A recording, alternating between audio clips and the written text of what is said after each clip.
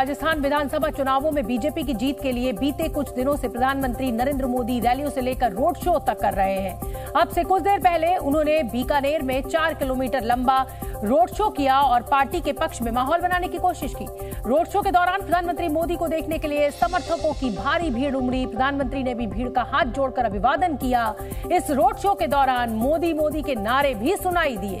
राजस्थान में 25 नवंबर को मतदान होना है और सभी दलों ने अपनी जीत के लिए पूरा जोर लगा रखा है। बीकानेर में उपस्थित जन समुदाय में और लोग लगातार प्रधानमंत्री नरेंद्र मोदी के ऊपर पा सकें, देख सकें और साथ में उनका अभिवादन भी फिर से कर सकें।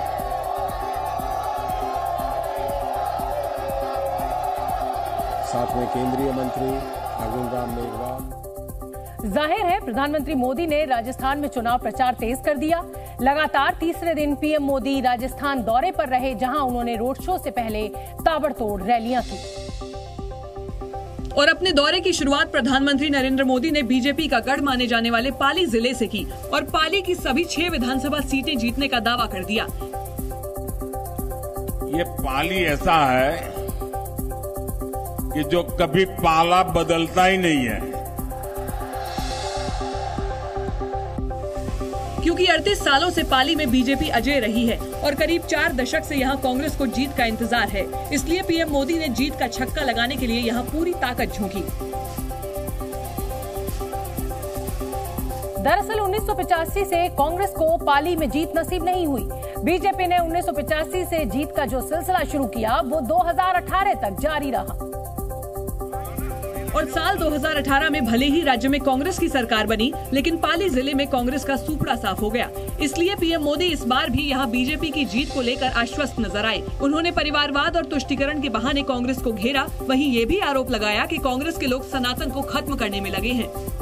और सनातन को खत्म करने का मतलब है राजस्थान की संस्कृति को खत्म करना। पीएम मोदी ने महिलाओं के खिलाफ हो रहे जुर्म का मुद्दा उठाया और कांग्रेस को राजस्थान से उखाड़ फेंकने की अपील की। इसलिए कांग्रेस और इसके घमंडिया साथियों की मानसिकता एक जैसी है, महिला विरोधी है। पीएम मोदी ने कहा कांग्रेस ने राजस्थान को दंगों में झोंक दिया है। पाली के बाद प्रधानमंत्री नरेंद्र मोदी ने हनुमानगढ़ में भी रैली की और पीलीबंगा में विजय संकल्प रैली में मंच से भ्रष्टाचार पर तीखा हमला बोला। साथ ही ऐलान किया कि भ्रष्टाचारियों के दिन अब पूरे हो गए हैं। उन्होंने जनता को भरोसा दिलाया कि सत्ता में आए तो भ्रष्टाचारियों की शामत आ जाएगी।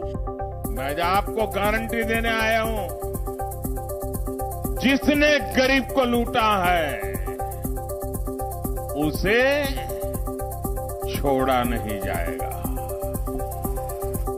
क्योंकि हनुमानगढ़ जिले में कुल 5 विधानसभा सीटें आती हैं, जिसमें 4 सीटें सामान्य वर्ग के लिए हैं, जबकि 1 सीट अनुसूचित जाति के लिए आरक्षित है। इसलिए पीएम मोदी ने यहां सभी वर्गों को साधने की कोशिश की।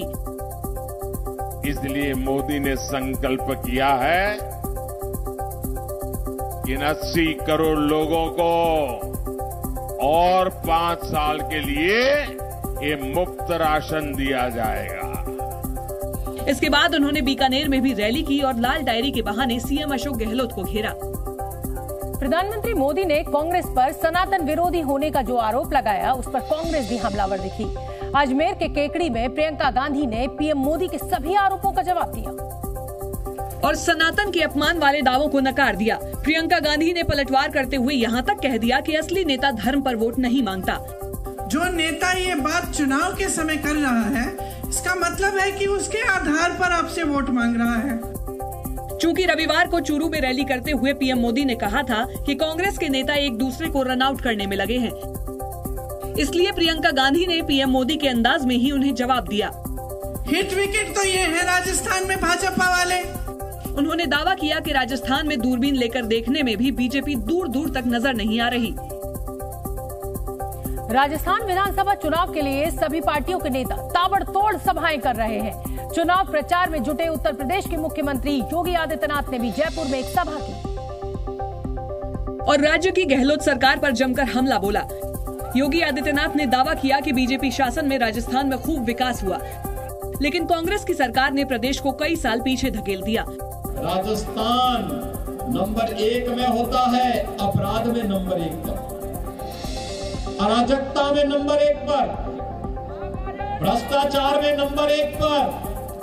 योगी आदित्यनाथ ने आमेर विधानसभा सीट से बीजेपी प्रत्याशी सतीश पूनिया के समर्थन में सभा की। इस दौरान उन्होंने लोगों से बीजेपी को जिताने की अपील की ताकि डबल इंजन की सरकार में राजस्थान फिर से विकास की राह पर चल सके। वहीं सचिन पायलट ने भी मंदिर मस्जिद वाले बयानों के लिए बीजेपी को घेरा। पायलट ने केकड़ी की जनसभा में उत्तर प्रदेश के मुख्यमंत्री योगी आदित्यनाथ पर निशाना साधा। अभी योगी जी आए थे, उनसे पूछो गैस का सिलेंडर 1100 रुपए का क्यों बिक रहा है? सब्जी, फल, फूल, टमाटर, चाय पत्ती, तेल सब महंगा क्यों है? तो बोलते हैं हिंदुस्तान पाकिस्तान। हम पूछते हैं किसानों के खिलाफ आपने 3 काले कानून क्यों बनाए? तो जवाब आता है मंदिर और मस्जिद। इसी बीच राजस्थान के अनूपगढ़ में चुनावी रैली के दौरान कांग्रेस अध्यक्ष मल्लिकार्जुन खड़गे पर एक बार फिर प्रधानमंत्री मोदी के पिता का अपमान करने का आरोप लगा। मल्लिकार्जुन खड़गे हैदराबाद में दिए गए अपने बयान पर फिर सफाई देते नजर आए। क्योंकि तेलंगाना के लिए कांग्रेस का घोषणा पत्र जारी करने के बाद उन्होंने पीएम मोदी और सीएम केसीआर पर निशाना साधा था और आरोप लगाया था कि झूठ बोलने में सीएम केसीआर पीएम मोदी के बाप हैं। वहीं अनूपगढ़ में जब वो सफाई दे रहे थे तो उनकी एक बार फिर जुबान फिसल गई। खड़गे जी मेरे बाप को भी नहीं छोड़े हुए, मैं कहाँ पकड़ा हूँ? मैं उनके बाप को पकड़ा हूँ थोड़ी। हालांकि उन्होंने ये भी दावा किया कि उन्होंने पीएम मोदी के पिता का अपमान नहीं किया। भाई मैं उनके पिता का नाम नहीं लिया, वो पिता को टीका करने की मेरी हैसियत नहीं। दुनिया भर में अकेलेपन की समस्या बढ़ती जा रही है। इसकी वजह से कई शारीरिक और मानसिक बीमारियों से भी लोग ग्रसित हो रहे हैं। अकेलेपन से शरीर पर प्रभाव रोज 20 सिगरेट पीने के बराबर होता है। अकेलेपन की समस्या के पीछे आर्थिक चुनौतियां, महंगाई और बेरोजगारी बड़ी वजह है। अकेलेपन से लगातार डिप्रेशन, सोशल एंजाइटी यानी दूसरों से बातचीत करने में दिक्कत, कैंसर, डायबिटीज, सिजोफ्रेनिया जैसी बीमारियां हो रही हैं। विश्व स्वास्थ्य संगठन ने अकेलेपन को वैश्विक सार्वजनिक स्वास्थ्य चिंता घोषित किया है। WHO ने अकेलेपन पर अंतर्राष्ट्रीय आयोग भी बनाया है।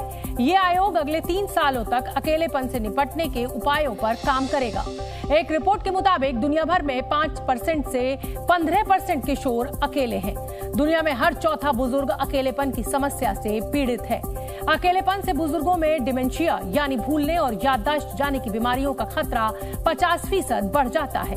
बुजुर्गों में हार्ट अटैक और स्ट्रोक का खतरा 30% बढ़ जाता है।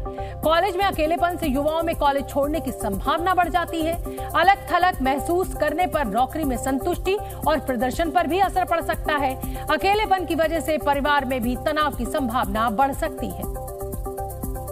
कोटा रिवर फ्रंट पर घंटी को मोल्ड बॉक्स से निकालते वक्त हुई 2 लोगों की मौत पर राजस्थान की सियासत अब गर्मा गई है। कोटा रिवर फ्रंट हादसे को लेकर बीजेपी ने कांग्रेस पर आरोप लगाया है। बीजेपी ने कहा कि इंजीनियर देवेंद्र आर्य पर घंटी खोलने का दबाव डाला गया। ऐसे में ये हादसा नहीं बल्कि हत्या है। बीजेपी ने चंबल रिवर फ्रंट में करीब 1400 करोड़ रुपए के घोटाले का भी आरोप लगाया। राजस्थान के सीएम अशोक गहलोत ने प्रदेश की जनता के नाम एक इमोशनल वीडियो जारी किया। वीडियो में गहलोत जनता को कांग्रेस के पक्ष में डाले गए 1 वोट की अहमियत बताते नजर आए। उन्होंने 1 वोट से 25 लाख के स्वास्थ्य बीमा से लेकर 100 यूनिट मुफ्त बिजली तक की सरकार की नीतियां गिनवाई।